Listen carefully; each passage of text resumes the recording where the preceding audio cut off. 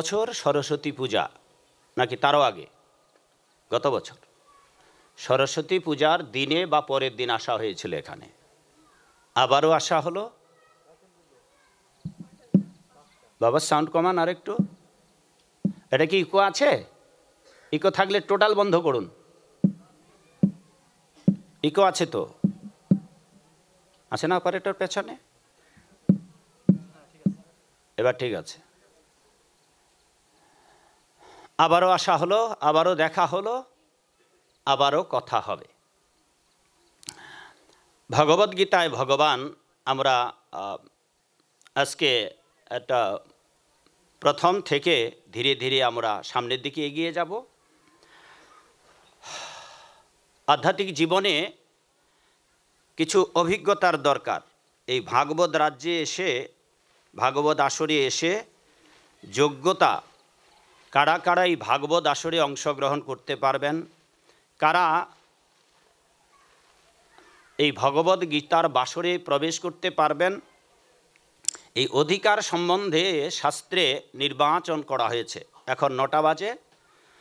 বাবুদের বলেছিলাম এখানে নয়ন চক্রবর্তী, যে গতবারও ডেকে দিয়েছিলেন আপনাদের হয়ে, আপনাদেরই ছেলে, আপনাদের নাতি এবং অন্যান্য যুবক ছেলেরা, কমিটির ভক্তবৃন্দ, আগামী ভোরবেলা থেকে আপনাদের এখানে মহানাম যজ্ঞানুষ্ঠানের কমিটির ভক্তবৃন্দ, দিনাজপুরের ভক্তদের পক্ষ থেকে আপনাদের সকলকে আমার সভক্তি প্রণাম জানাই। সকলে আমার ভক্তিপূর্ণ প্রণাম গ্রহণ করুন। আজকে আমরা একেবারে প্রাথমিক বিদ্যালয় থেকে পড়াশোনা শুরু করব, কারণ আমাদের এপার ওপার অথবা সারা পৃথিবীতে আমাদের যত হিন্দু সনাতনী আছে, তারা অধিকাংশ মানুষ আমাদের ধর্মের রাজ্যের প্রাথমিক বিদ্যালয় পর্যন্ত পাস করার অনেকেরই যোগ্যতা নেই। আর সেই দলের মধ্যে যে আপনারাও কেউ কেউ আছেন, আজকের আলোচনার মধ্য দিয়ে আপনারা নিজেরাও বুঝতে পারবেন যে আপনারা এই ভাগবত রাজ্যের গীতার বাসরে আপনারা প্রাথমিক বিদ্যালয়েও পাস করে আসেন নাই। আর কেউ যদি প্রাথমিক বিদ্যালয় পাস না করে, তবে সেই ব্যক্তি কি মাধ্যমিক অর্থাৎ হাই স্কুলে ভর্তি হতে পারবে? বাবা কিরে মা, হাই স্কুলে যে প্রাইমারি পাস করেনি সে কি হাই স্কুলে যেতে পারবে? আর যে হাই স্কুল পাস করেনি সে কি কলেজে যেতে পারবে? আর যে কলেজ পাস করেনি সে কি বিশ্ববিদ্যালয়ে যেতে পারবে? এবার দেখুন, ভগবদ্গীতা মাধ্যমিক আমাদের ভক্তি রাজ্যে, ধর্মের রাজ্যে ভগবদ্গীতা মাধ্যমিক পর্যায়ের এই যে ভাগবত এখানে আছে, এইটা উচ্চ মাধ্যমিক অর্থাৎ স্নাতক। আর চৈতন্য মহাপ্রভুর যে কলিযুগের যুগধর্ম, সেইটি পিএইচডির সঙ্গে তুলনীয়। আচ্ছা, যারা প্রাইমারি পাস করলো না, তাদের দিয়ে কি পিএইচডির বিদ্যাশিক্ষা লাভ করা সম্ভব হবে? আচ্ছা, বর্ণনার মধ্য দিয়ে বুঝতে পারবেন যে আপনারা কারা প্রাইমারিতে এখনও আছেন। এমনকি প্রাইমারি পর্যন্ত অনেকে পাস করেননি। ইংরেজিতে একটি শব্দ আছে, বাক্য আছে, যার অর্থ হচ্ছে মুখ দেখলেও চেনা যায়। এই যে আপনারা তিলক দিয়েছেন, আমরা তিলক দেখলেই বুঝতে পারবো যে এটা আপনি দিয়েছেন না অন্যেরা দিয়েছে। আপনার নিজের হাতে তিলক দেওয়ার অভ্যাস আছে কি না, আমরা দেখলেই বুঝতে পারবো। সুতরাং আজ আমরা এই 3 প্রকারের আলোচনা করব। নিজেরা যদি যোগ্যতা অর্জন করে পিএইচডির জায়গায় যেতে পারেন, তবেই আপনারা ভগবানের রাজ্যে বৈকুণ্ঠে যেতে পারবেন, নচেত না। এটাই ফাইনাল। এখন সেই জন্য আপনাদের প্রাইমারি পাস করতে হবে, অর্থাৎ প্রাথমিক বিদ্যালয় পাস করতে হবে, মাধ্যমিক বিদ্যালয় পাস করতে হবে, উচ্চ বিদ্যালয় মহাবিদ্যালয় পাস করতে হবে, তারপর পিএইচডি। অর্থাৎ এই চৈতন্য মহাপ্রভুর যে দর্শন, আমাদের সনাতন শাস্ত্রে 6 প্রকার দর্শন আছে। আমি জানি না আপনারা কেউ বলতে পারবেন 6টা দর্শনের নাম? বাবা এখানে যারা আপনারা আছেন, বাবা বলুন তো একটার নাম শুধু। হ্যাঁ, এইরকম 6টা দর্শন আছে। আর এই 6টা দর্শনের উপরে যে দর্শন, 6টা দর্শনকে খণ্ডন করে তদুপরি যে দর্শন, সেই দর্শন হচ্ছে আমাদের সনাতন শাস্ত্রের দর্শন। আর সেটি হচ্ছে মহাপ্রভুর দর্শন, যার নাম পর্যন্ত আপনারা অনেকে জানেন না। কেউ যদি আপনাদের জিজ্ঞাসা করে যে সনাতন ধর্মের দর্শনের নাম কি, চৈতন্য মহাপ্রভু যে নবদ্বীপে এসে আগামীকালকে থেকে আপনারা তো এখানে হরিবাসরের এক নাম যজ্ঞ করবেন, তা যিনি এই নাম যজ্ঞ, যিনি নাম প্রচার করেছেন কলিযুগের জীবদের উদ্ধারের জন্য, সেই দর্শনের নাম কি আপনারা বলতে পারবেন না। তো যাদের ধর্মের মানুষেরা তাদের দর্শনের নাম জানে না, তো ধর্মকে কি করে চর্চা করবেন?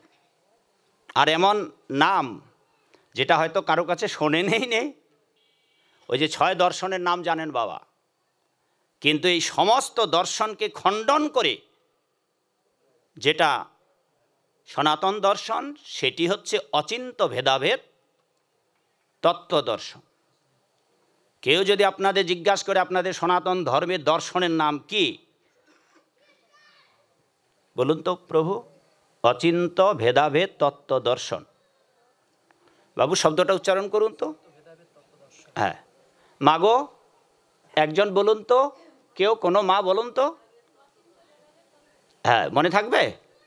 এ হচ্ছে আমাদের সনাতন দর্শনের নাম, মানে অচিন্ত, যা নিজের বুদ্ধি দ্বারা, মেধা দ্বারা, বিদ্যা দ্বারা, শিক্ষা দ্বারা, দম্ভ অহংকার, অর্থ, টাকা পয়সা কোনোটা দিয়েই যা জানা যাবে না, সেটাই অচিন্ত। কি দিয়ে জানা যাবে? ভক্তি দিয়ে, ভাব দিয়ে নয়। দক্ষিণ বাংলার অধিকাংশ মানুষের ভাব আছে, আপনাদের দেশের লোকদের ভাবে গড়াগড়ি দেয়, হরিবাসরে গিয়ে কান্নাকাটি করে, আবার খাওয়া দাওয়াটাও ঠিক আছে, বাইরে গেলে আবার আলাদা হয়ে যাবে, ভেতরে আসলে ভাব আলাদা হয়ে যাবে। তো ভাব দিয়ে ভাবুক হওয়া যাবে, ভাব দিয়ে ভগবানকে পাওয়া যাবে না। ভাবের জায়গায় যদি ভক্তি না থাকে, তো কিছু কালের মধ্যে এই ভাবটা নষ্ট হয়ে যাবে। যেমন এটার আপনারা নিজেরা অনেকে প্রমাণ। হরিবাসরে এসে আপনারা অনেক, আগামীকাল থেকে হরিবাসর হবে বাবা, আপনারা অনেক কান্নাকাটি করবেন, কীর্তনের সুর তাল মান লয়ে আপনাদের হৃদয় চিত্ত বিগলিত হবে। এখানে বাবারা একেবারে কোলাকুলি করবেন, হরিবোল হরিবোল হরিবোল করবেন, গড়িয়ে পড়বেন, ধুলা ধুলা নয় রে এ গোপী পদ রেণু অঙ্গে মাখো, অঙ্গে মাখো মাখো রে, এ যে কি গানটা। এইভাবে এখানে যতক্ষণ আছেন বাবা মাগো, ততক্ষণ আপনারা ভাবে গড়াগড়ি দিলেন। আরও একটা বিভৎস কাণ্ড আমি দেখেছি হরিবাসরগুলাতে, যেটা অনাচার। কখনোই পুরুষেরা মায়েদের জড়িয়ে ধরে কোলাকুলি করতে পারবেন না, মায়েরা কোনো পুরুষকেই কোলাকুলি করতে পারবে না। একমাত্র বিবাহিত স্বামী ছাড়া মায়েরা অন্য কাউকে আপনারা কোনো পুরুষকে জড়িয়ে ধরতে পারবেন না। আর আপনি আপনার স্ত্রী ছাড়া আর কাউকে জড়িয়ে আলিঙ্গন করতে পারবেন না। আর হরিবাসরে এটাও চলে। তার মানে আপনাদের এমন ভাবের ঠেলায়, মানে আপনাদের নারী পুরুষ আর ভেদাভেদ নাই, সব একাকার হয়ে গেল, ভালো কথা। কিন্তু যেই বাইরে গেলেন, অমনি গৌরী নেশা লাগলে পরে নয়ন দুটি ঝরে, সে নেশা লাগলে কি আর ছাড়ে? কিন্তু বাইরে যেই গেলেন অমনি তো আপনার সুখটানের নেশা জেগে গেল বাবা, শেষ আপনার হরিবাসরের নেশা। বাইরে গিয়ে আবার পানের দোকানে গিয়ে আপনি জাবর কাটা শুরু করলেন, কি লাভ হলো? এই জন্যে আপনাদের ভাবে সব কিছু মিলবে না। তাই জন্যে আপনাদের ভক্তিতে, in the age of Kaliyuga, without ভক্তি দেয়ার ইজ নো মুক্তি। এই যুগ কলিযুগ, এই কলিযুগ ভক্তির যুগ। এটি মহাপ্রভুর নাম একমাত্র হরে কৃষ্ণ মহামন্ত্রের যুগ। আর সেই যুগের যে দর্শন, সেই দর্শনের নাম কি মাগো? কি দর্শনের নাম যে বললাম? অচিন্ত ভেদাভেদ তত্ত্ব দর্শন। ভেদবাদ আছে, অভেদবাদ আছে, দ্বৈতবাদ আছে, অদ্বৈতবাদ আছে, দ্বৈতবাদ আছে, বিশিষ্টা দ্বৈতবাদ আছে, শুদ্ধা দ্বৈতবাদ আছে, এতগুলো। এগুলো আপনারা অনেকে নাম শোনেননি। তো এতগুলো বিচার করবার পর চৈতন্য মহাপ্রভুর এই ভাগবত ধর্ম, ভগবদ্গীতার ধর্ম, বেদের ধর্ম। সেই জন্যে আমাদের এই সনাতন শাস্ত্রের যে নিগূঢ় রহস্য সাধারণের বোধগম্যের বাইরে, আর এই গভীর রহস্য বুঝতে না পেরে আমাদের অধিকাংশ হিন্দু বোকা মানুষেরা তারা অনেক গুরুর আমদানি করেছে, অনেক ভগবানের আমদানি করেছে। তাই দুঃখ করে বলতে পারি যে বাংলার অর্ধেক হিন্দু জানেই না তাদের আরাধ্য ভগবান কে।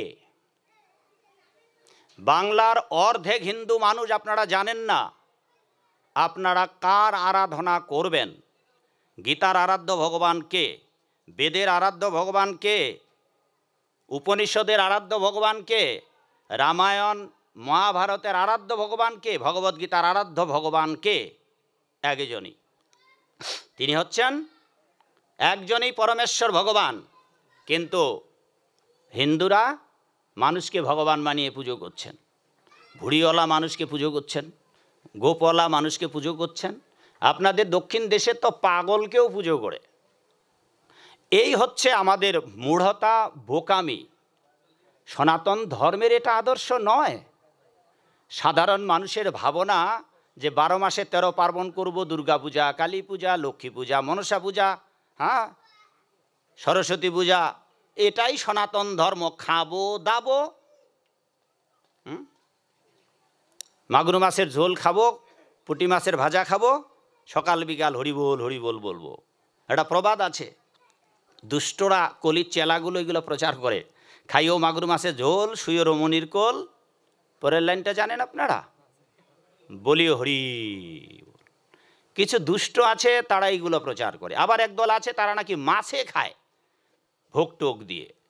তো এক এক জায়গায় এক এক রকম। তাই ভোলানাথ বাবা ওম নমঃ শিবায়, শিব ঠাকুর আজ থেকে হাজার হাজার বছর পূর্বেই বলে দিলেন যে আগত কলিযুগে অনেক গুরু আসবে, গুরু আসবে, অনেক গুরু হবে, কিন্তু তাদের শিষ্যদেরকে যে এই জগৎ সংসারের ত্রিতাপ যন্ত্রণা থেকে, সংসারের মায়া বন্ধন থেকে মুক্ত করে গোবিন্দের কাছে নিয়ে যেতে হবে। হে দেবী পার্বতী, এই রকম গুরুর কলিকালে বড়ই আকাল হবে, অভাব হবে। কলিকালে অনেক গুরুরাই বাড়িতে যাবে, শিষ্যের দক্ষিণা নেবে। আর গুরু প্রণাম মন্ত্র আপনারা অনেকেই জানেন বাবা। মন্ত্রটা অজ্ঞান তিমিরান্ধশ্চ জ্ঞানঞ্জন শলাকয়া। হ্যাঁ, এর বাংলা অর্থ হচ্ছে যিনি আমার অজ্ঞান অন্ধকার বিদূরিত করে আলো দেখিয়ে দিলেন। কিসের আলো? ভগবানের রাজ্যে যাওয়ার, ভগবানের ভক্ত হওয়ার। বাবা, কোন অজ্ঞান অন্ধকার আপনাদের নাশ হয়েছে? এখানে আপনারা যারা আমার সামনে বসে আছেন, অজ্ঞান তিমিরান্ধশ্চ জ্ঞানঞ্জন শলাকয়া, যিনি জ্ঞানের আলো পড়িয়ে দিলেন অজ্ঞান নাশ করে। এইবার অজ্ঞান কি কি জিনিস? অজ্ঞান খাদ্যাখাদ্যের মধ্যেও বিচার্য, অজ্ঞান ধর্মান্ধতার মধ্যেও বিচার্য। অজ্ঞান ভাগবতে 4টি জায়গায় পরীক্ষিত মহারাজ কলির বাসস্থান করে দিয়েছেন। এই অজ্ঞান কলির জায়গা। ভেবে দেখুন বাবা, মাগো আপনাদের দীক্ষা হলো, গুরুদেব আপনার হৃদয়ে বীজ প্রদান করলেন। গ্রামে একটাও কৃষক পাবেন কি যিনি জমি চাষাবাদ না করে বীজ ফেলায়? জমি তো চাষ করবেন নাকি, তারপর তো বীজ বপন করবে। অধিকাংশ আপনারা যারা শিষ্য, আপনাদের হৃদয়ে চাষ করা হয়নি, চাষাবাদ করা হয় নাই, অনাবাদী জমিতেই বীজ ফেলিয়ে দেওয়া হয়েছে। অনাবাদীটা কীরকম আপনাদের অজ্ঞান নাশ হয় নাই? দীক্ষা নেন যখন গুরুদেবের কাছ থেকে, দীক্ষা নেওয়ার আগে আপনারা পান সুপারি খাতেন, দীক্ষা নেওয়ার পরেও খাচ্ছেন। দীক্ষা নেওয়ার আগে আপনি বিড়ি সিগারেট নেশা খেতেন, দীক্ষা নেওয়ার পরে আপনি খাচ্ছেন। দীক্ষা নেওয়ার আগে আপনি হোটেলে খেতেন, দীক্ষা নেওয়ার পরেও আপনি হোটেলে খাচ্ছেন। দীক্ষা নেওয়ার আগে আপনি মাছ মাংস খেতেন, দীক্ষা নেওয়ার পরেও আপনি মাছ মাংস খাচ্ছেন। এর আপনারা নিজেরাই প্রমাণ। আর আপনাদের অধিকাংশ মানুষের দীক্ষা হয়ে গেছে, আর গুরু প্রণাম মন্ত্র অজ্ঞান তিমিরান্ধস্য। What is benefit? কি অজ্ঞান অন্ধকার আপনাদের নাশ হলো? যেখানে আছিলেন ওখানে আছেন। অনাবাদি জমিতে বীজ ছিটিয়ে দিলে যেমন বীজ নষ্ট হয়ে যাবে, গাছ হবে না, গাছ না হলে ফসলও হবে না, তেমনি করে আপনারা দীক্ষা নিয়েছেন, মন্ত্র নিয়েছেন, যেহেতু আপনাদের হৃদয় ভক্তিতে আপ্লুত নেই, আপনাদের হৃদয় অনাচার বেবিচারে পূর্ণ। আজ থেকে হাজার হাজার বছর পূর্বে ব্যাসদেব ভবিষ্যৎবাণী করে বলেছেন, এবং দেবর্ষি নারদের কথা যেটা বললাম, না বাবা ভোলানাথের কথা, যে গুরুরা আসবে কিন্তু শিষ্যদের ভক্ত তৈরি করবে না, তারা শুধু দক্ষিণা নিয়ে যাবে। আর ত্রিতাপ জ্বালা যন্ত্রণায় যে ভবসাগরে হাবুডুবু খাচ্ছে মানুষ, ভক্ত হতে পারছে না। এই যে গতবার এলাম, আমাকে রান্না করে খাওয়াবেন এমন একজন শুদ্ধ ভক্ত নেই। এবার এসেছি নয়নবাবু, তো ওই যে শয়ন, যেই ছেলেটা চক্রবর্তী যাদের বাসায় আছে, সে এবারও বলছে যে প্রভু, আমরা তো বারবার আপনার কাছে লজ্জা পাচ্ছি, আমরা যে আপনাকে খাওয়াবো এমন ব্যবস্থাও করতে পারছি না। কারণ ওই বাড়িতে গিয়েছে, মা বলছে একটু চা করে দেই, চায় কি চিনি দেব, এই হচ্ছে অবস্থা। তা সাধুকে যদি আপনাদের চা তৈরি করে দিতে হয়, তাহলে বোঝেন আপনাদের এলাকায় কীরকম সাধু আছে যে সাধুরা চা খায়। আর আমরা এমন সাধু, আমাদের জন্মে আমাদের পেটে চা ঢোকেনি। সুতরাং চা খাওয়া কোনো ভদ্রলোকের উচিত নয়, ক্ষমা করবেন, কোনো ভব্য মানুষের। ভাগবতে বলা হয়েছে যে এই কলিকালে অভদ্র রুচি বিশিষ্ট মানুষের প্রকোপ বাড়বে। আর আমরা নিজেকে ভদ্র ভাবি। শিলা প্রভুপাদ বলেছেন, যদি আপনি নিজেকে ভদ্র ভাবেন, আপনি নিজেকে ভদ্র মহিলা ভাবেন, তাহলে আপনার উচিত দায়িত্ব হচ্ছে এই দুর্লভ মানব জীবন হেলা ভরে নষ্ট করা উচিত নয়। সকল ভদ্র আর ভদ্র মহিলার দায়িত্ব হচ্ছে তাড়াতাড়ি গোবিন্দের আরাধনা করুন, আর গোবিন্দের আরাধনা করে গোবিন্দের কাছে চলে যান, আর নয় পরবাসে ফিরে চলুন নিজ দেশে। এখানে আমরা এসেছি দুদিনের জন্য, দুদিনের খেলা ঘরে ভবে রঙ্গ একদিন সাঙ্গ হবে, যেদিন ভাঙবে রঙ্গের মেলা। বাবা, একটা জিনিস তো আমরা সবাই জানি, মাগো, সবাই জানি আমরা মরব, সবাই জানি আমরা মরব। জগতের একটা জিনিস কেউ জানে না, সাধুরাও জানে না, আমরা কবে মরব। সেই জন্যে বাবা ভোলানাথ বললেন যে যেই পর্যন্ত জানছেন, তো আপনারা সবাই তো জানেন যে আপনারা মরবেন, সেই দিন থেকে আপনাদের আর সময় নষ্ট করা উচিত নয়। এক মুহূর্ত মানে 48 মিনিট, জীবনের মূল্যবান সময় 48 মিনিটও নষ্ট করা উচিত নয়। কেননা এই বাবা ভোলেনাথ শিব ঠাকুর বলেছেন, সারা পৃথিবীর যদি সম্পদ, শঙ্করাচার্য লীলায় তিনি কথা বলেছেন, বাবা আপনার ছেলে আছে তো নাকি, ছেলে আছে, সারা পৃথিবীর, দেখুন শ্রীপাদ শঙ্করাচার্য যিনি শিব ঠাকুরের অবতার, কিছু খুঁজতেছেন, তিনি বলেছেন যে সারা পৃথিবীর সম্পদ, ধরুন বাবা আপনার ছেলে আছে, সারা পৃথিবীর যত টাকা পয়সা সব আপনার ছেলেকে দেওয়া হলো, পৃথিবীর সমুদয় সম্পত্তি সব আপনার ছেলেকে দেওয়া হলো, আর একটা কাজ করতে তাকে বলা হলো যে যাও, কি নাম বাবা আপনার ছেলের? কমল। এই বাবা কমল, সারা পৃথিবীর টাকাগুলো তোমাকে দেওয়া হলো, তুমি তোমার বাবাকে নিয়ে 18 বছরের যুবক করে নিয়ে আসো। যাবে বাবা? সারা পৃথিবীর টাকা দিয়ে আমরা আমাদের জীবনের আয়ু ফিরিয়ে আনতে পারবো না, আমাদের নিজের যৌবনকেও ফিরিয়ে আনতে পারবো না।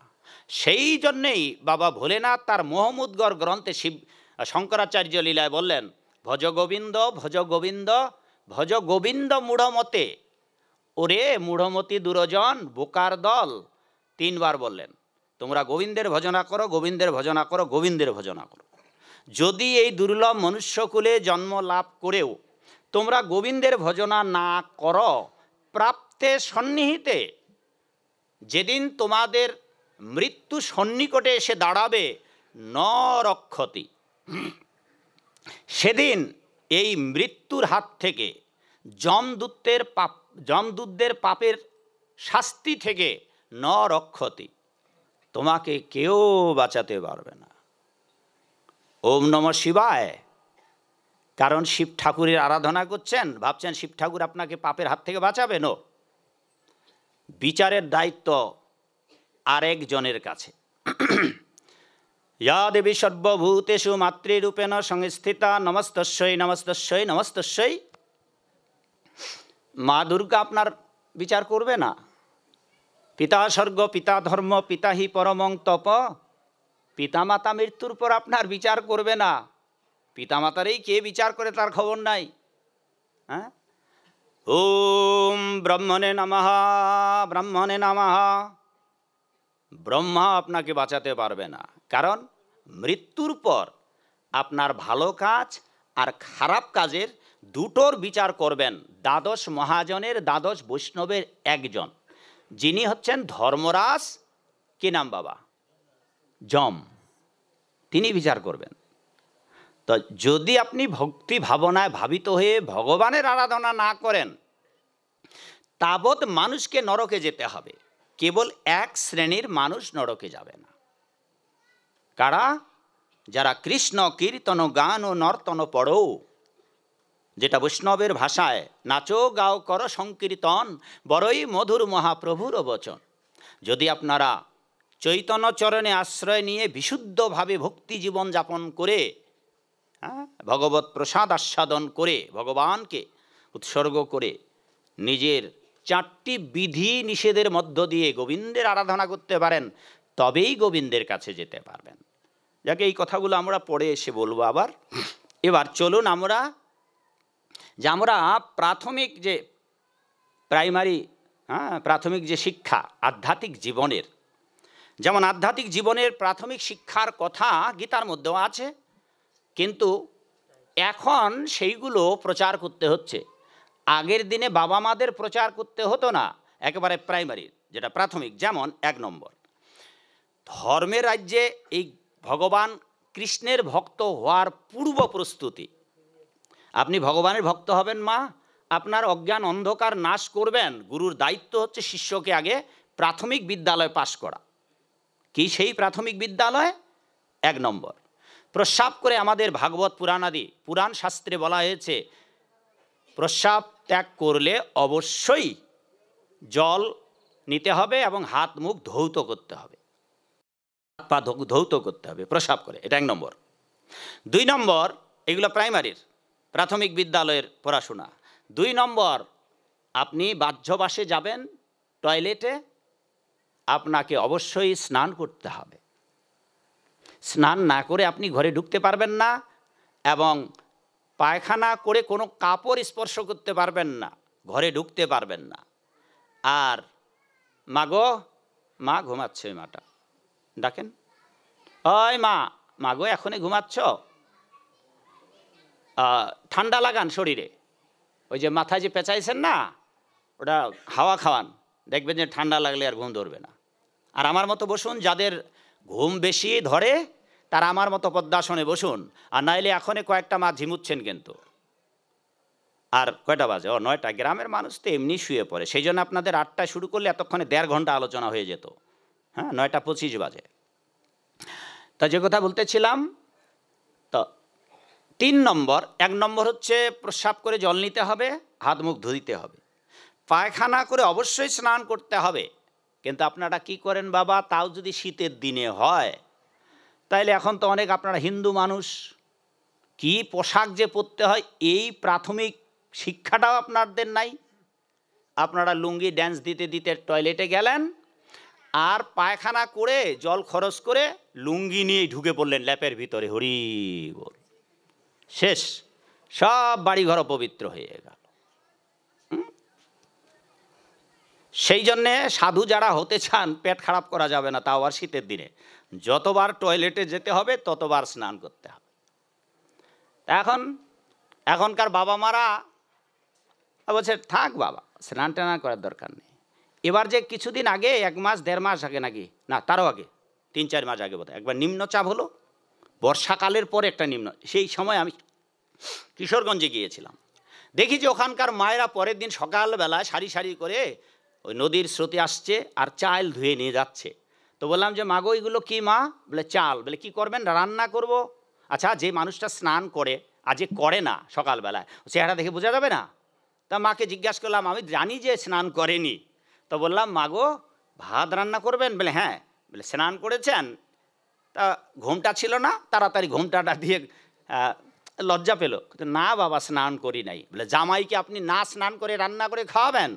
ভাবা যায় আজকালকার দিনের মায়েরা স্নান না করেও রান্না, আর এমন স্বামীর পাল্লায় পড়ে গেছে ওটা বিয়াক্কেল একটা ধরা সাপ ছাড়া কিচ্ছু না।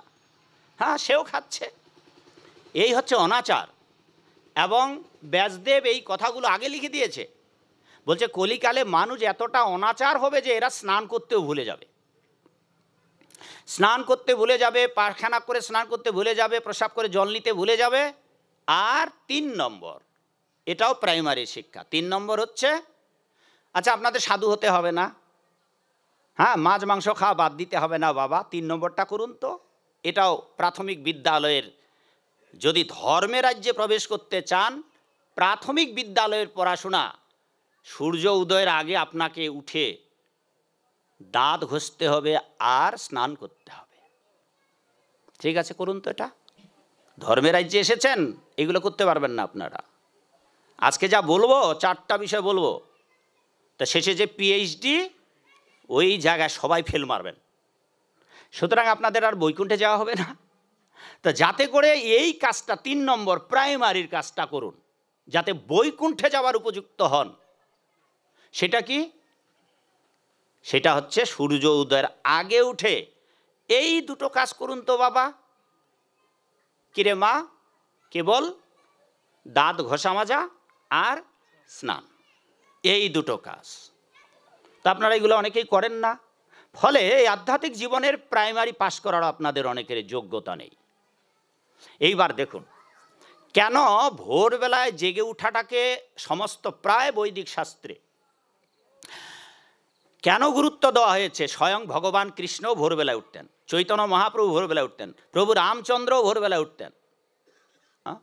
তারা উঠে জীব শিক্ষার জন্য সেই নিয়মগুলো শেখাতেন, যার ফলে সারা বিশ্বের ভক্তর যারা কৃষ্ণ ভক্ত তারা আজ ভোরবেলায় উঠে মঙ্গল আরতি করে।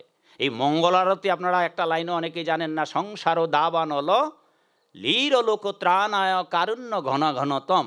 এই কীর্তন যে সূর্য উদয়ের আগে গাইতে হবে, বাংলার ঘরে ঘরে হিন্দু মানুষেরা জানেই না।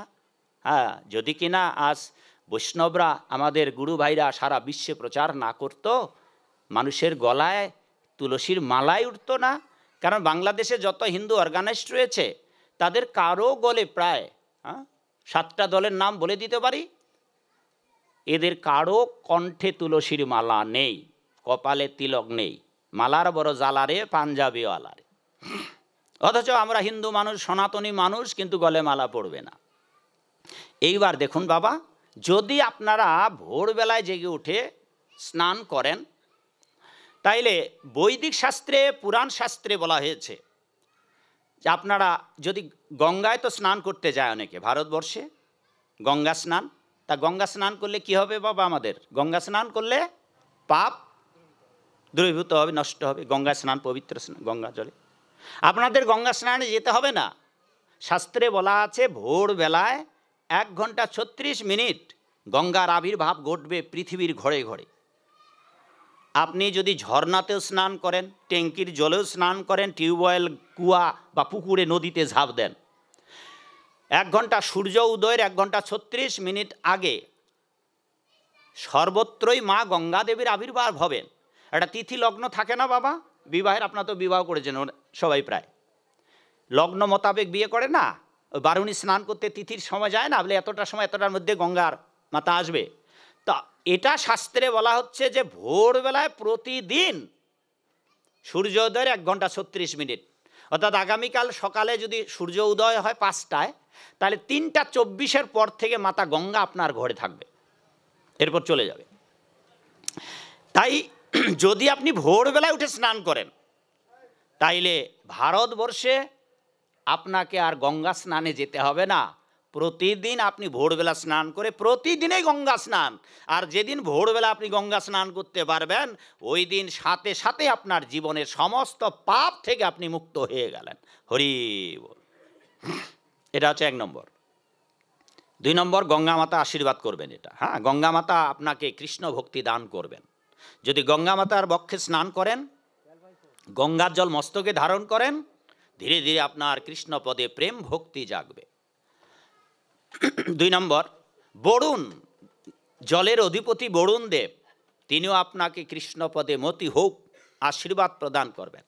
3 নম্বর, বাতাস বইবে, পবনদেব, এই বাতাস আপনার দেহের অবশিষ্ট পাপ ও রাশি শুকিয়ে শুষ্ক করে পাপ নির্মূল করে দেবেন। 4 নম্বর, সূর্য উদয় হবে। পৃথিবীতে এমন বড় ডাক্তার কোথাও নেই, এই সূর্য নারায়ণ যিনি, তিনি আপনার সমস্ত পাপ এবং সমস্ত রোগ জীবাণু নাশ করতে পারেন।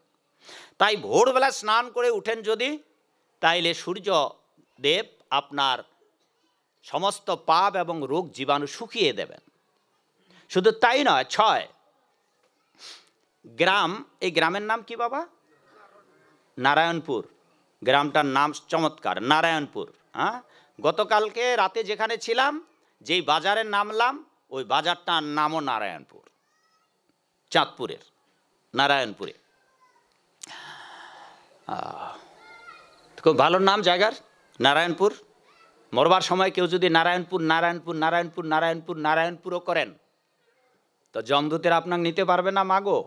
মনে রাখবেন বাবা, যদি ভগবানের ভক্ত না হতে পারেন, অন্তত মরবার সময় গ্রামের নামটা বলবেন। আচ্ছা, নিজের বেটাকে ডাকতে গিয়ে কে উদ্ধার হয়েছিল জানেন? ওই ব্যক্তিকে, যিনি তার সন্তানকে নারায়ণ নারায়ণ বলে ডাকছিলেন। কি নাম? আপনারা জানেন না? না, আপনি তো জানবেন, কিন্তু যারা জানে না, তার মানে আপনারা এখানে কেউ জানেন না। এই হচ্ছে অবস্থা। কারণ ভাগবত আমাদের মন্দির থেকে যদি নিতে যান 15,000 টাকা নেবে। ভাগবত এনে রেখেছেন, পড়েন না। গীতা লাল কাপড় দিয়ে পেঁচিয়ে রেখেছেন, তো কি করে জানবেন যে নারায়ণ বলে কে দেহ রাখলো? পড়েন না তো। হিন্দুরা শাস্ত্র পড়ে না। হিন্দুরা কি পড়বে সেটা পড়ে বলছি, কি পড়বে পড়েন আপনারা, যার ফলে আপনারা পেটের মধ্যে বম ফাটাইলেও ধর্মের ব্যাপারে আপনাদের ছেলে মেয়ে, আপনার যারা দাদু দিতা বাম্মা, উত্তর দিতে পারেন না। কারণটা হচ্ছে লেখাপড়া, ব্যবসা বাণিজ্য, চাকুরি বাকুরি নিয়ে পেটটা নিয়ে এত ব্যস্ত যে ধর্ম বই পড়ার আপনাদের সময় নেই। সব কাজে টাকা খরচ করবেন, কিন্তু গ্রন্থ কিনবেন না। ফলে আপনারা যে অন্ধকারে, ও গুরু ওই রকম 1000 গুরু দীক্ষা নিলেও লোভী গুরু কামি চালা, 2 জনে নরকে গেল, কোনো লাভ হবে না। কারণ সব ভবিষ্যৎবাণী আছে, ওটা আপনি যতই গায়ের জোরে বলেন, আর আপনার গুরু যে আপনাকে আজও ভগবানের ভক্ত তৈরি করতে পারলো না, কিচ্ছু করতে পারবে না। ভগবানের রাজ্যে নিয়ে যাওয়ার জন্য যদি আপনাকে ভক্ত না করতে পারে, এরকম 1000 গুরু আপনাকে ভবরক বন্ধন থেকে মুক্ত করতে পারবে না। তো চলুন এবার 6 নম্বর, এই আপনাদের যে নারায়ণপুর গ্রাম আছে বাবা, এই নারায়ণপুর গ্রামে 12 মাসে 13 পার্বণ যে পূজা পার্বণ হয়, যত দেবদেবী, গ্রাম্য দেবদেবী পূজিত হয়, গ্রামের সমস্ত দেবদেবীরা ভোরবেলা আপনাদের বাড়ির দরজায় যাবে। আর আপনারা তো ঘুমিয়ে আছেন, জানতেই পারছেন না মা দুর্গা আপনার দরজায় গিয়ে দাঁড়িয়েছে। হ্যাঁ, গণেশ ঠাকুর আপনার দরজায় গিয়ে দাঁড়িয়েছে, কালী মা আপনার দরজায় গিয়ে দাঁড়িয়েছে, আর আপনি নাক ডেকে ঘুমাচ্ছেন। তো এবার মা কি খুশি হবে?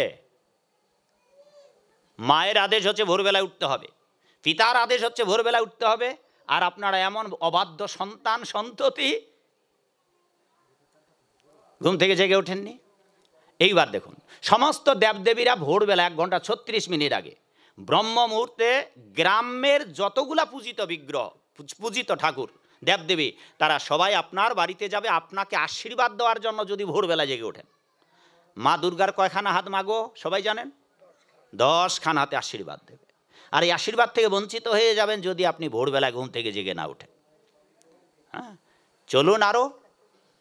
এইবার আপনার বাড়ির বাবা, আপনার বাবা মা আছে? নাই তো? বাবা আছে, আপনার তো নেই। বাবু আপনার? সবাই আছে। এই যাদের বাবা মা নেই, ঠাকুর দাদা নেই, পূর্ব বংশের বহু বংশ তো চলে গেছে, আমাদের বহু লোক চলে গেছে না, ওরা আপনার বাড়িতে আসবে 1 ঘন্টা 36 মিনিট আগে। মাগো শুনুন, আপনার বাড়ির বংশের পূর্বজ লোকেরা আপনার বাড়িতে আসবেন ভোরবেলায়, ওই ব্রহ্ম মুহূর্তে।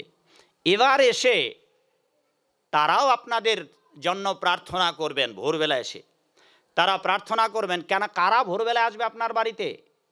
যারা ভগবানের আরাধনা করে নাই, আপনার বংশের লোকেরা, যাদের বংশে আজও ভগবানের ভক্ত হয় নাই কেউ, ভগবানের ভক্ত না হওয়ায় তাদের বংশের লোকেরা পাপের জন্য নরক ভোগ, পুণ্য বলে স্বর্গে সুখ ভোগ করে আবার এই পৃথিবীতে আসতে হবে। বাড়িতে গীতা আছে, গীতাতে পড়ে দেখবেন, ক্ষীণে পুণ্যে মর্তলোকং বিশন্তি। হে অর্জুন, যারা আমার আরাধনা করে না, দেবদেবীর আরাধনা করে, সেই পুণ্য বলে তারা স্বর্গে যাবে, কিন্তু পুণ্য যেদিন হবে শূন্য, আবার এই পৃথিবীতে গতাগতি পুনঃ পুনঃ ভবে। আপনার বংশের লোকেরা পাপ পুণ্যের ফল ভোগান্তে এই পৃথিবীতে আসবেন 5টি উপাদান নিয়ে, যে উপাদানটা নিয়ে আমরাও এসেছিলাম। কি কি? মন, বুদ্ধি, অহংকার, জীবাত্মা, পরমাত্মা। এই 5টি উপাদান নিয়ে আসবেন। তা ভগবদ্গীতার 1ম থেকে 6ষ্ঠ অধ্যায় পড়লেই এই পৃথিবীতে পাপ পুণ্য ভোগান্তে কিভাবে জীব জগতে আসে তার বর্ণনা আছে।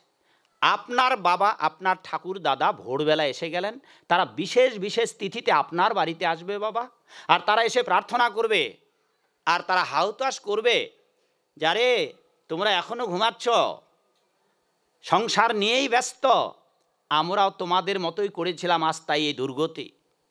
তারা হাউতাস করে বলবে, আহা কবে কবে আমাদের বংশে কোনো একজন কৃষ্ণ ভক্ত বৈষ্ণব জন্ম নেবে, কবে আমাদের বংশে এই লোকেরা বৈষ্ণবদের গৃহে এনে তাদের চরণ ধুলিতে এই গৃহ ধন্য করবে, কবে এই বাড়িতে ভগবান রাধা গোবিন্দের পূজা অর্চনা করে ভোগরাগ করবে। তারা অপেক্ষা করছে। এইবার তারাও আপনাদের আশীর্বাদ দেবেন। এইবার যদি মাগো বাবা এই 3 নম্বর কাজটা যদি না করতে পারেন, প্রাইমারি 3 নম্বর কাজটা কি বলেছিলাম মা? যে ভোরবেলা উঠে স্নান করতে হবে। এইবার যদি এটা না করেন বাবা, দেখুন কি সর্বনাশটা হবে আপনার পিতৃপুরুষের। আর বাকিগুলার কথা বলছি না, এতগুলো 1, 2 করে 7, 8 নিয়ে আসছি। ওগুলার যে কি হবে, দেবদেবী গঙ্গা মাতা ভোরবেলা স্নান না করলে, ওগুলার খারাপ মন্দ দিকটা একটা বললাম না, সবগুলো আশীর্বাদের কথা বললাম। তো যেহেতু আপনাদের বংশের লোকেরা আসবে আর এটা আপনাদের বেশি সেন্টিমেন্ট গ্রো করবে, সেই জন্য আপনাদের হৃদয়ে যেন ধাক্কা লাগে। এই জন্যই, কারণ আমরা যতদিনই ব্যাক্কেল থাকি, যতদিন সংসারে নাকানি চোবানি খেতে খেতে আক্কেল না হয়, ততদিন কেউ কৃষ্ণ ভক্ত হতে চায় না। আর কৃষ্ণ ভক্ত এক জন্মে হতে পারবেন না। গীতার 7ম অধ্যায়ের 15 নম্বর 19 নম্বর শ্লোকে আছে, বহুনাম জন্ম নামন্তে, এক জন্মে আপনি ভগবান কৃষ্ণের ভক্ত হতে পারবেন না। আর যদি বা হন তাহলে বহু জন্মের আপনার ভাগ্য রয়েছে। তা সেই জন্যে আপনার পূর্বপুরুষেরা, আপনার বাপ, তার বাপ, তার বাপ ভোরবেলা আসবে, আর আপনি জানেন না, কারণ আপনি তো শাস্ত্র গ্রন্থ তেমন পড়েন না, কোন দিন যে আসবে আর কোন দিন যে তারা আপনাকে অভিশাপ দিয়ে যাবে। তারা বিশেষ বিশেষ তিথিতে আসবে, বিশেষ বিশেষ দিনে আসবে, অত্যন্ত ক্ষুধা তৃষ্ণায় কাতর হয়ে ভোরবেলায় আসবে, সূর্যাস্তের পূর্বে তারা চলে যাবে। সূর্য অস্ত গেলে ওই বাড়িতে আর থাকতে পারবে না আপনার পিতামাতা পূর্বপুরুষেরা। দেখুন এবার আপনারা কি করেছেন বাবা, সূর্য উদয়ের পর আপনারা স্নান করেছেন। আচ্ছা, আপনারা স্নান করতে গিয়েছেন বাবারা কাপড় চুপড় পরে, তারপর কাপড় চুপড় স্নান আদির পর আপনারা কাপড়টাকে জলটা এমন করে কাছেন না, এটাকে কি বলে আপনাদের এলাকায় বাবা নারায়ণপুরে? হ্যাঁ, চিপরানো। মাগো কাপড় চিপেন। তা বাবারা হয়তো লুঙ্গি পড়ে গেছে বা গামছা পড়ে গেছে। এইবার ওই যে ভোরবেলা আপনার পিতৃপুরুষেরা এসে আছেন, বাবা আপনি পড়ে যাবেন না তো?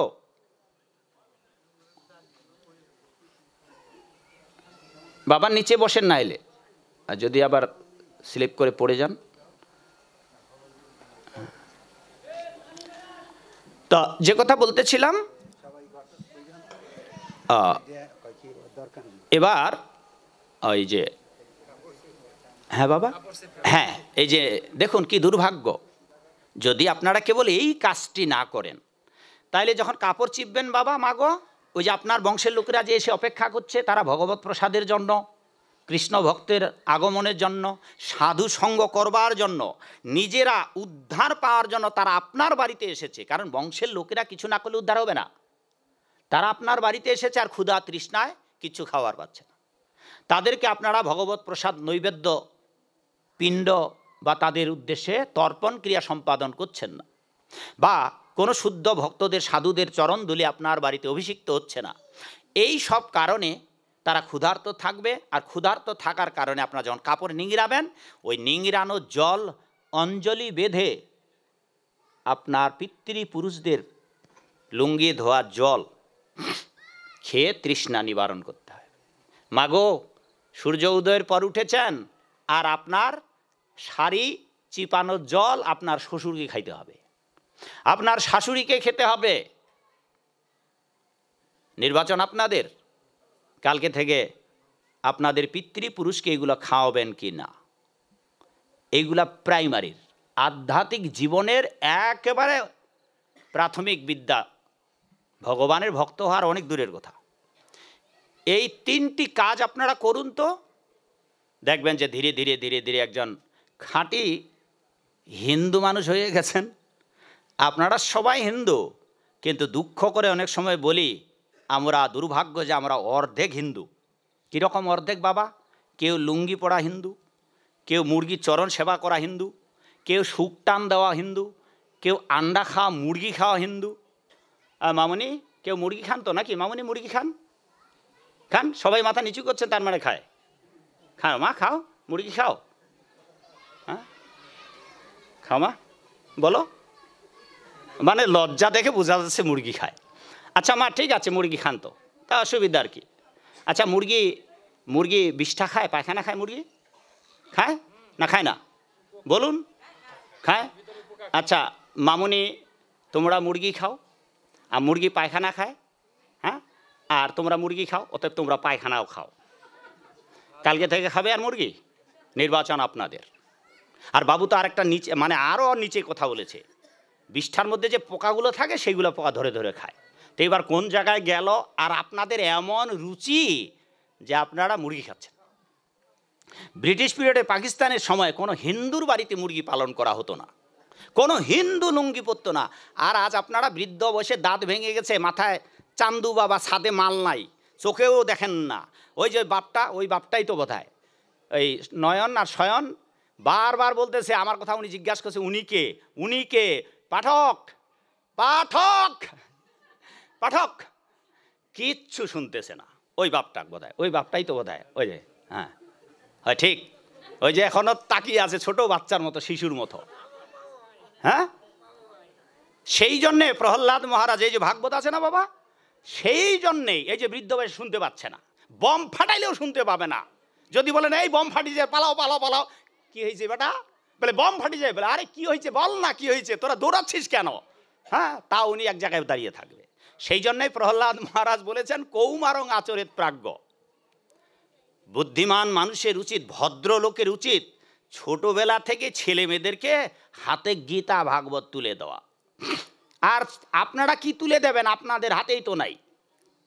ভগবদ্গীতা 700 শ্লোক, প্রতিদিন যদি একটা করে শ্লোক অনুবাদ সহ পড়েন, 2 বছরের মধ্যে গীতা পাঠ শেষ। বাধ্য করুন তো বাবা আপনাদের ছেলে মেয়েদের, প্রতিদিন ভগবদ্গীতার একটি করে শ্লোক গীতা পাঠের সময় ক্লাসের বই পাঠ্যপুস্তক যেভাবে পড়ে আপনাদের ছেলে মেয়েদের ওইভাবে বাধ্য করুন, এবং নিজেরাও প্রতিদিন ভগবদ্গীতার একটি করে শ্লোক অনুবাদ সহ পড়ুন। তাহলে 700 শ্লোক মানে 2 বছরের মধ্যে ভগবদ্গীতা পড়া শেষ। অথচ এই বাংলার কোনো থানা বাকি নেই।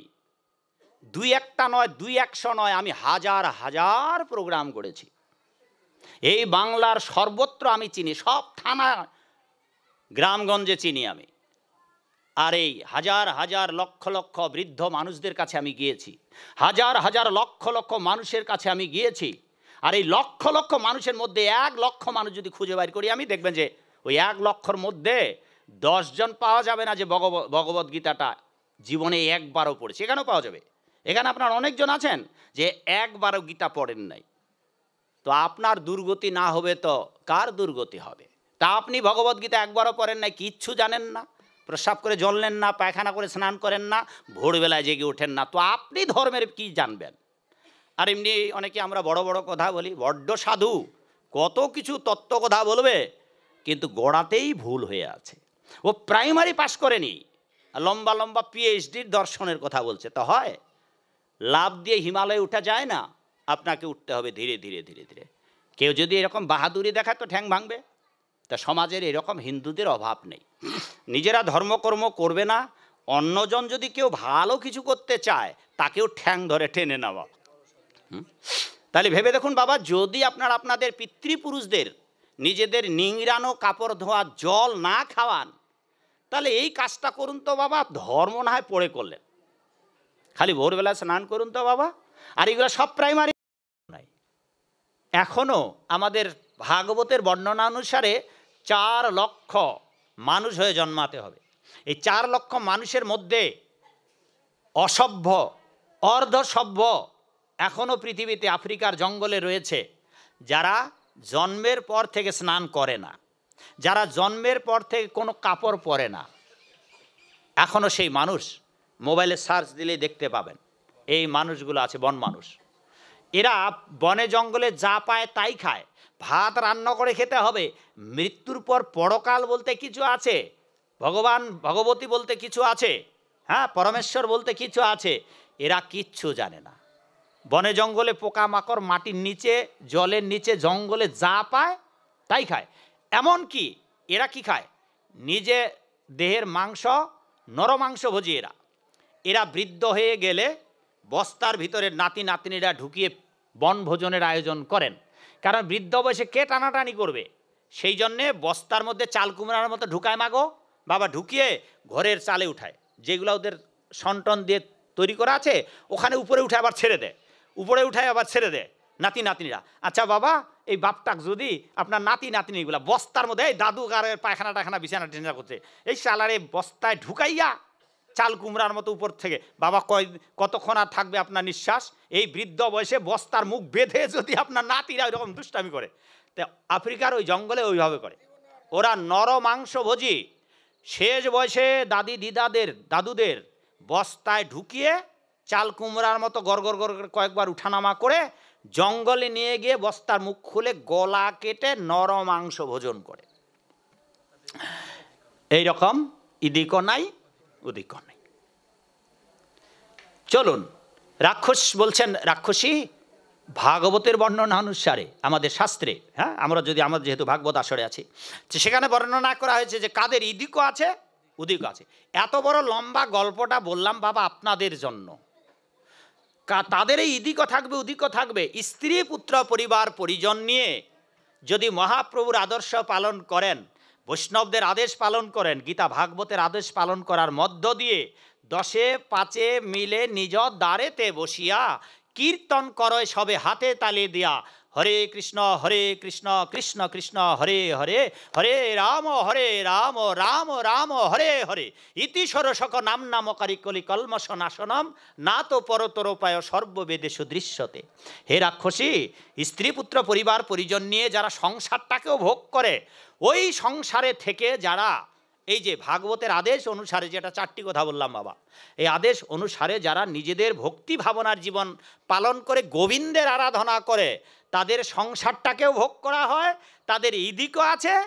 আর যেহেতু সংসারে থেকে গোবিন্দের ভজনা করছে, মৃত্যুর পর তারা গোবিন্দের কাছেও যাবে। অতএব হে রাক্ষসী, তাদের ইদিকও আছে উদিকও আছে, সংসারে থেকে যদি কেউ গোবিন্দের ভজনা করে। এই যে 4জন গেল না, ইনারা কিন্তু নিষ্ঠা ভরে ভক্তি জীবন যাপন করছে। তো যে 4টি কথা বললাম, তাহলে বাবা ইদিকও থাকবে উদিকও থাকবে। এবার বাড়িতে সংসারে ফিরে আপনারা এই 4টি নিয়ম পালন করার চেষ্টা করুন না বাবা। এই বাবার যত বয়স, আপনার যত বয়স, ওই বাবার যত বয়স। হ্যাঁ বাবা, কত বয়স আপনার এখন? 70 হয় নাই? হয়েছে 70 বছর ধরে। আচ্ছা 10 বছর বাদ দিলাম, ছোটোবেলা খাইছেন মাছ মাংস, মনে নাই। 10 বছরের পর তো মনে আছে, 15 বছর পর। আচ্ছা 70 বছর বয়স যদি হয়, তাহলে 60 বছর অথবা 50 বছর ধরে খেয়েছেন, হাফ সেঞ্চুরি খাওয়া দাওয়া করেছেন বাবা, মাথায় তো টাক বাবা, ছাদ বাবা হয়ে গেছে। ছাদে মাল একটাও নাই বোধহয়, আমি জানি না টিকি রাখা যাবে কি না। হ্যাঁ, চান্দু বাবা হয়ে গেছে। ওই যে ওখানে একটা অর্ধেক বাবা, চান্দু বাবা, এটারও বাবার চলে গেছে। খেলেন তো বাবা, খেতে খেতে তো হাফ সেঞ্চুরি হয়ে গেল। চেষ্টা করুন না বাবা, চেষ্টা করো না মাগো, এই যে পান সুপারি খেয়ে যে জাবরটা কাটতেছো মা, ওটা বন্ধ করার চেষ্টা করো, নইলে কৃষ্ণপদে ভক্তি লাভ হবে না, আর নরকে গিয়ে আপনার আঙুল কাটাবে, গলা কাটবে, হ্যাঁ, নাকানি চৌবানি খাওয়াবে। তো এই সমস্ত ভয় পেয়েও তো কিছুটা করার দরকার। তার মানে যদি আপনারা সংসারে থেকে ভজন করেন তাহলে ইদিক আছে। এলাকায় রথযাত্রা হয় আপনাদের এলাকায়, এবার রথযাত্রায় যাবে ছেলে, তার আপনার ছেলে আপনার মেয়েদের নিয়ে, ছেলে বড় বলছে বাবা কিছু টাকা দাও তো, ভাই বোনদের নিয়ে রথযাত্রায় যাই। বলছে বাবা আমার কাছে তো টাকা নাই, তোমার মায়ের কাছে যাও। মায়ের কাছে গিয়ে বলছে মা টাকা দাও, রথযাত্রায় যাবো, ভাই বোনদের সওদাও করে দেবো। তোমার বাবা বলে বাবাই তো তোমার কাছে পাঠালো। বাবারে আমারও তো টাকা নাই, তবে কদিন আগে তোমার বাবা একটা কলার কাইন কেটে রেখেছে।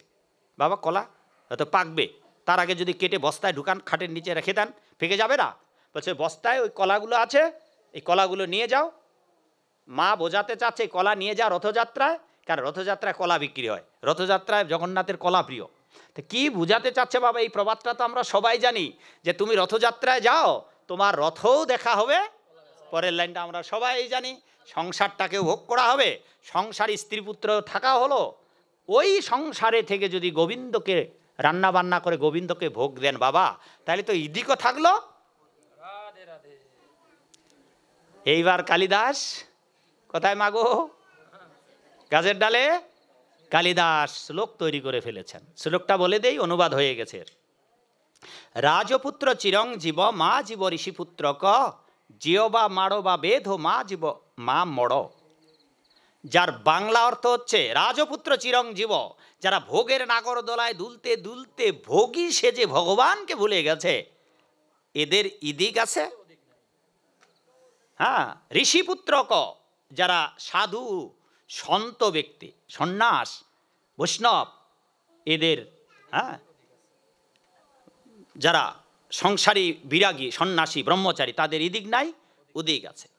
আর বেদ, বৈজফালাকার ধ বেদ, কি বলেন বেদ, যারা নির্বিচারে পশু হিংসা করে মানবেতর জীবনযাপন করে, এদের ইদিকও নাই। কিন্তু যারা গৃহে থেকে হরি ভজন করেন তাদের ইদিকও আছে। এখন বাবা দুই দিকেই যদি পুরস্কৃত হয়ে জীবনটাকে এদিকেও ভোগ করতে পারলেন, অপর দিকে ভগবানের ভক্ত হওয়ার পর আপনারা বৈকুণ্ঠও যেতে পারলেন। ঠিক আছে, এটা করার চেষ্টা করুন। এবার শেষ বাবা, 11টা বেজে গেছে বোধহয় নাকি? হ্যাঁ, 11টা 3 মিনিট। ও মা বেশি, সাথে সাথে মা বলে দিল। আমি জানি না আপনাদের মোবাইলগুলো ঠিক আছে না, আমার মোবাইলটা, হ্যাঁ, 11টা 3 আর 3 মিনিট, 5-6 মিনিটের মধ্যে শেষ। ও যদি এই যে এটা বললাম, এই 4টা কথা বাবা, 1 নম্বর গলেমালা, 2 নম্বর একাদশী, 3 নম্বর জপ, 4 নম্বর ভগবানকে নিবেদন করে প্রসাদ। এই 4টা যা বললাম, অনেক কথা বলেছি, এই 4টা শুধু মনে রাখুন। এই 4টার যদি আপনারা একটাও না করেন তাহলে তো মুশকিল হয়ে যাবে বাবা। হ্যাঁ, সেবারও বোধ হয় এরকম ছোট একটা গল্প, হাসির গল্প শুনিয়েছিলাম। তা যদি এরা একটাও না করেন বাড়িতে গিয়ে, তাহলে আপনাদের অবস্থা হবে এই মূর্খ শিষ্যের মতো। বাড়িতে গুরুদেব এসেছে আর শিষ্য ঘন্টা, বাবা বিরাট ঘন্টা, এবার পূজা করছে। পূজা করতে করতে গুরুদেব কিন্তু বারান্দায় বসা, শিষ্য ঠাকুরের মন্দিরে ঢুকে পূজা করতেছে। পূজা করতে করতে বারান্দায় বসা গুরুকে প্রশ্ন করছে যে গুরুদেব, এই যে ঠাকুরের পূজা করছি, আচ্ছা পূজা করতে করতে যদি আমি অপবিত্র হয়ে যাই? বলে ওই বেটা, পূজা করতে করতে কি করে অপবিত্র হবে? বলে কেন গুরুদেব, এই পূজা করতে করতে যদি আমার বায়ুত্যাগ করতে ইচ্ছায়? বলে মানে? বলে বেটা বুঝলে না, বায়ুত্যাগ মানে বুঝলে না? আরে বেটা, যদি গুরুদেব, হ্যাঁ, যদি পাততে ইচ্ছা হয় তাইলে, আর যদি আমি পা দিই বলে তুমি তো অপবিত্র হয়ে যাবে। বলে উপায় কি পবিত্র হওয়ার? বলে এই যে এটা কি বলেন বাবা আপনারা, কোষাঘুষি? হ্যাঁ, এখানে গঙ্গেছ যমুনেছে পবিত্র পবিত্র বা জল আছে, বলে এই জল নিবা 3 বার মাথা ছিটা দিবা আর বলবা ওম শ্রী বিষ্ণু, ওম শ্রী বিষ্ণু, ওম শ্রী বিষ্ণু। বলে গুরুদেব বুঝলাম, আচ্ছা এরপর যদি আমি আবার পা দিই? বলে আবার নিবা, আবার নিয়ে ওম শ্রী বিষ্ণু, ওম শ্রী বিষ্ণু, ওম শ্রী বিষ্ণু, ওম শ্রী বিষ্ণু বলবা। হ্যাঁ, ওম শ্রী বিষ্ণু বলবা। বলে আবার যদি পা দি বাবা? বলে আবার ওম শ্রী বিষ্ণু, ওম শ্রী বিষ্ণু বলবা। বলে গুরুদেব তা না হয় বুঝলাম, এরপর যদি আমি আবার পা দিই? বলে আবার নিবা। বলে গুরুদেব আবার যদি পা দিই? বলে আবার নিবা। বলে আবার যদি পা দিই? হ্যাঁ, বলছে আরে মূর্খ, তোমার তো হরি নামে, তোমার তো ঠাকুর পূজায় মন নাই। হ্যাঁ, পাদা পাদি সার কি বাবা, ক্যামেরায় পড়লো নাকি? বৈষ্ণব আচার্য জগদানন্দ পণ্ডিত বলেছেন, কত কষ্টে পালো ভাই তোমার বেটি বেটা, কৃষ্ণ ভজন করিতেই বাঁধে সব লেঠা, সকল কাজে পাই যে সময়, গোবিন্দ ডাকিবার সময় নাই। তাই মাগো বাবাগো, আজ বিদায় মুহূর্তে বলি, এই চারটা যা শুনলেন তার একটা করার চেষ্টা করুন, আর যদি একটাও না করেন তাহলে এই মূর্খ শিষ্যের মতো দশা হবে, কাদা পাদি সার। ঠিক আছে, এবার বিদায় নেই। আর এই যে প্রতি মাসে এই বইটা আপনাদের কাজে লাগবে, ক্ষমা করবেন এই ফাঁকে বলে, সকল ব্রতের ইতি কথা। গতবার এটা ছিল না, এগুলো এবার নতুন বই আসছে। গতবার যারা নিয়েছিলেন এবার সবগুলো এগুলো নতুন বই, 14টার বইয়ের মধ্যে এখানে 5টা আছে। 12 মাসে 13 পার্বণ, দুর্গা পূজা, কালী পূজা, লক্ষ্মী পূজা, সরস্বতী পূজা, রথযাত্রা, ঝুলন যাত্রা, দামোদর মাস, নিয়ম সেবা মাস, শিবরাত্রি, চতুর্দশী, হ্যাঁ, যতগুলা ব্রত আপনার লাইব্রেরিতে গিয়ে আর কোনো বই কেনার লাগবে না, একটা বইয়ের মধ্যে প্রতি মাসে মাসে ব্রত আছে, আর মাসে মাসে এইখানে নিয়মাবলী শব্দ আছে। এই গ্রন্থটার মূল্য 300 টাকা। আর 22 থেকে 26 বছরের সময় আমি আমার এই দুটো বই লিখি, জীবন তরি চলার পথে। এই দুটা যদি আপনারা, এই প্রথম খণ্ড 200 টাকা, দ্বিতীয় খণ্ড 300 টাকা, দুটা মিলে 500 টাকা। জীবনে যত রকমের প্রশ্ন, কেন গুরু করতে হবে, কাকে গুরু করতে হবে, কোন গুরু পরিত্যাগ করতে হবে, কিভাবে আমাদের শ্রাদ্ধবিধি করতে হবে, একাদশী কিভাবে করতে হবে, এই দুটো বইয়ের মধ্যে বর্ণনা করা আছে। এবং এখানে প্রায় 200 প্রশ্নের উত্তর দেওয়া আছে। এখানে আপনার যত প্রশ্ন হৃদয়ে, অতগুলো প্রশ্নই এখানে, তার থেকে বেশি প্রশ্ন এখানে উত্তর দেওয়া আছে, যতগুলো আপনার হৃদয়ে প্রশ্নই নেই। প্রশ্ন করলে এখান থেকে উত্তর বের করে দেওয়া আছে। এই দুটো বই, জীবন তরি চলার পথে, এই দুটার মূল্য 500 টাকা, ওটা 300 টাকা। আর এই যে বেদের উপরে, এই দুটা 400 টাকা। যদি আপনারা বেদের উপরে জানতে চান, বেদান্তের উপরে জানতে চান, এটা 400 টাকা। এই দুটা 500 টাকা, এটা 400 টাকা, আর ওটা 300 টাকা। সর্বমোট একটা প্যাকেজ বাবা, যদি আপনারা সামর্থ্য থাকে, একটা প্যাকেজ 1200 টাকা। আর একটা জামাই বেটি আসলে তো 1800, 1500 টাকার ইলিশ মাছ খাওয়াবেন। হ্যাঁ, 1 কেজি ইলিশ মাছেরও টাকা লাগবে না। তা চাইলে আপনারা যদি সম্ভব হয় একটা প্যাকেজ নেবেন, লক্ষ লক্ষ টাকার বই পড়া হয়ে যাবে। আর এই লক্ষ টাকার বই আপনাদের নারায়ণপুরের কেউ নেবে না। মহাভারত, একখান মহাভারত 43টা ভলিউম, 50,000 টাকা দাম। অন্তত যে কোনো একটা বইয়ে নিয়ে সম্ভব হলে নিয়ে যাবেন মাগো বাবাগো। সব গ্রন্থে আমার মোবাইল নাম্বার আছে, চাইলে দিনের যে কোনো সময় ফোন করতে পারবেন। ঠিক আছে। আর আমি শয়ন চক্রবর্তী, নয়ন চক্রবর্তী সহ কমিটির ভক্তদের মিনতি করব, যদি আবার কোনো দিন আপনারা আমাকে এখানে আসবার জন্য ডাকেন, এবার ধরে 2বার আসলাম, আরেকবার আসবো, সেই সময় একদিনের নয়, কারণ একদিনে এতগুলা কথা বলতে হিজিবিজি হয়ে যায়। ধীরে ধীরে 2 দিন বা এদিন 2 দিন যদি করা হয়, তাহলে একটু আলোচনায় আপনাদেরও সুবিধা হয়, আর আমারও তাড়াহুড়া করে এত দূর থেকে সেই সকাল 7:30টায় 7টায় বের হয়েছি,